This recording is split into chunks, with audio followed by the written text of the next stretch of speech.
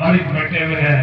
अंगद का पैर जहां गिर गया, जहां थम गया, वहां थम गया। ये भगवान वो अंगद की प्रकृति आपकी हो, वो अंगद जैसा साहस आपका हो, वो अंगद जैसी वृत्ति आप लोगों की हो। धरने टिकते हैं, धरने टूटते हैं जब कहीं हमारे अंदर लोभ होता है, लालच होता है। भले ही कम लोग हो, और ये कहना भी नहीं चाहिए कि कम लोग हैं, नहीं, आप बहुत लोगों का प्यार है। सेनापति सैनिक तो युद्ध क्षेत्र में कभी लोग लड़ा करते हैं और बहुत सौभाग्यशाली होते हैं। मित्रों, में एक दिन भगत सिंह के संदर्भ में पढ़ रहा था, भगत सिंह की हिस्ट्री पढ़ रहा था।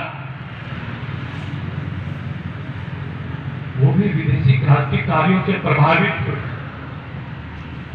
और उन्होंने भी विचार किया था कि कैसे देश को आंदोलन किया जा सकता है और कैसे इस अंग्रेजी सरकार को भयभीत किया जा सकता है। वो कम्युनिस्ट विचारधारा के भले ही थे, लेकिन इस देश के हर व्यक्ति के हाथ में उनका एक शानदार चित्र होती है। उसके प्रति राज चलता है, क्योंकि राज के प्रति विचार करने वाले महान क्रांतिकारी को जाति धर्म के बंधनों से तोड़ करके वो नास्तिकता आस्तिकता इसकी परवाह करके उसको नमन करते हैं। नमन की मेरी पूजा क्या है, मेरा धर्म क्या है, मैं क्या खाता हूँ, ये मेरा धर्म है। लेकिन ये राष्ट्रपद है और राष्ट्र सबसे ज्यादा अगर पूजनीय कोई है, वंदनीय कोई है और व्यवसाय कोई सर्वोत्तम है तो वो किसान। मेरे हल्के में यही याद रखी थी, जब महात्मा गांधी की ऑटोबायोग्राफी पढ़ रहा था, उसमें मेरी बुद्धि भी जागृत नहीं थी। मुझे ये भी नहीं पता था कि कर्म क्षेत्र में काम करते करते कितनी पीड़ा झेलनी पड़ेगी, उस काम को करते करते कितने कष्ट झेलने पड़ेंगे, ये मुझे बात नहीं। इस फील्ड में हो, इस क्षेत्र में हो, तो पूरी शिद्दत से हो, पूरी ईमानदारी से। तो कई बार मेरी अपने साथ जो कभी तकरार होती है, अपने साथ चलने वालों के साथ भी तकरार हो जाती है, क्योंकि हमें ईमानदारी का दामन था, ईमानदारी का दामन खाने वाले। और मुझे पता है क्या ईमानदारी है, क्या सच्चाई है, वही ईश्वर का वास होता है, वही विजय भी होती है। तो महात्मा गांधी की आत्मकथा में महात्मा गांधी लिखता है, जब वो दक्षिण अफ्रीका में केस के सिलसिले में गए थे, वो कहते वो वकालत का काम करते थे, वकील थे, एडवोकेसी करते थे। उनके मन में अंदर से एक आवाज आई है, ये तो बेईमानी का धंधा है, छूट का धंधा हुआ कर। मैं तो वकालत के धंधे को छोड़ दिया उसने, वकालत के धंधे को छोड़ करके दक्षिण अफ्रीका के अंदर एक झोपड़ी भेज लिया और वहां अंग्रेज मित्रों के साथ खेती कर। महात्मा गांधी ने खेती की है, हम तो किसान के पुत्र हैं, किसान की संतान है, हमारा पुत्र भी काम है, हजारों वर्षों से मेरे पुत्र इस काम को करे, हम तो खेती सब कुछ भूल करके खेती के काम में है। खेती के किसान के कष्ट को समझते हैं, उसके दर्द को समझते हैं, उसके दर्द को समझते हैं, उसके पीड़ाओं को उजागर करने का हम काम करते हैं। मित्रों, मेरे मित्रों, मैं आपकी हौसला अफजाई के लिए यहाँ आपके बीच में दोबारा आया। कोई मुकदमा आपका कुछ नहीं बिगाड़ सकता। क्या होता है मुकदमे? कोई किया है, कोई लूट किया है, हमें साल भर इस खेती के करने में मेहनत की है, साल भर कमाया है, सिर्फ पैसे मांगते हैं। जितना यहाँ के किसानों का इस चीनी मिल पर प्याज है, उतनी इसकी कीमत नहीं है। हमारा प्याज भी दे दो, हमारा मूल भी दे दो।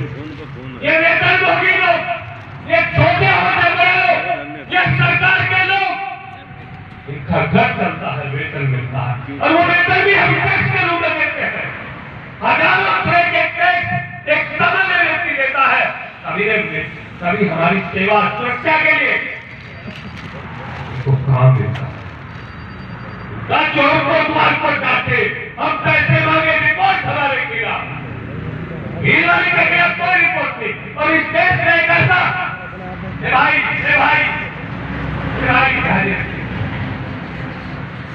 इस बार इस देश में पतन हो गया है। उद्योगपतियों की, व्यापारियों की, सबकी मिली और एक अंतर्राष्ट्रीय षड्यंत्र चल रहा है। चाहे विश्व बैंक हो, चाहे विश्व व्यापार संगठन हो, वो चाहते हैं किसी तरह किस देश के किसान को नचोड़ लिया जाए, उसको मजबूर कर दिया जाए खेती छोड़ने पर।